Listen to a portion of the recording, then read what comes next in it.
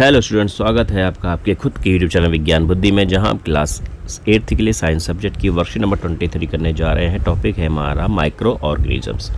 हमको पता है माइक्रो का मतलब होता है स्मॉल, मतलब टाइनी, है ना। किसका मतलब होता है इस माइक्रो का। ऑर्गेनिजम्स का मतलब होता है कि चाहे आप हैं, चाहे हम हैं, चाहे पेड़ पौधे हैं, चाहे छोटे मोटे जीव हैं, छोटे मोटे कीड़े मकोड़े हैं जिनको हम देख भी नहीं सकते नेकेड आई से, जिनको हमें सूक्ष्मदर्शी मतलब माइक्रोस्कोप्स की हेल्प देखना पड़ेगा, वो सारे के सारे माइक्रो ऑर्गेनिजम्स होते हैं। अच्छा जी, तो अब पढ़ते हैं इसको आगे कि micro organisms are very tiny living organisms. Tiny मतलब छोटे, वेरी मतलब बहुत छोटे, लिविंग मतलब जिंदा ऑर्गेनिजम्स हैं। दे आर सो स्मॉल, वो इतने छोटे होते हैं कि that we need a microscope to see them, कि हमें उनको देखने के लिए माइक्रोस्कोप की आवश्यकता पड़ती है।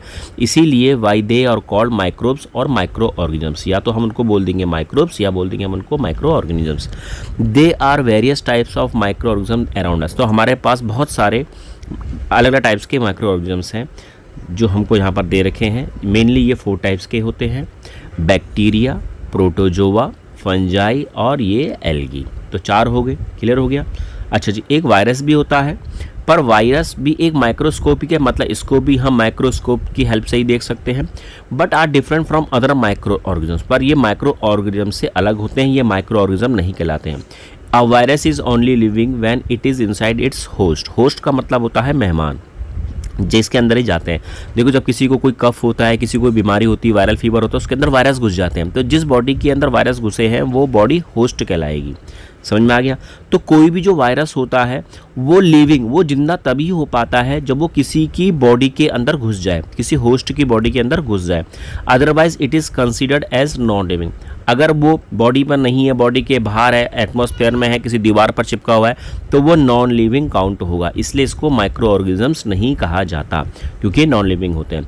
पर जो ये micro bacteria, protozoa, fungi, algae होते हैं, ये बॉडी के किसी भी बॉडी के अंदर रहें या बॉडी से बाहर रहें, ये तब भी क्या रहते हैं, जिंदा रहते हैं। क्लियर हो गया बच्चों।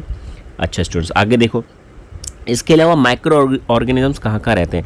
They can survive under all type of environment. तो अलग अलग टाइप के इन्वायरमेंट में ये सर्वाइव कर सकते हैं। सर्वाइव मतलब जिंदा रह सकते हैं।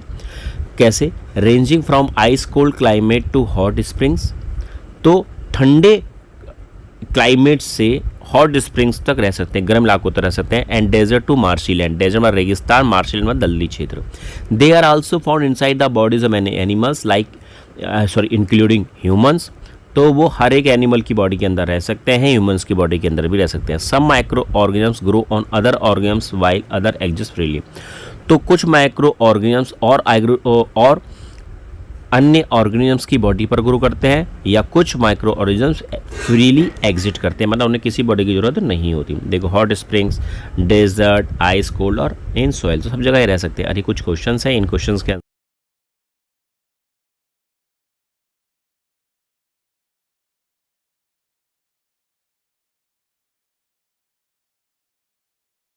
आंसर मैंने आपको दे रखे हैं।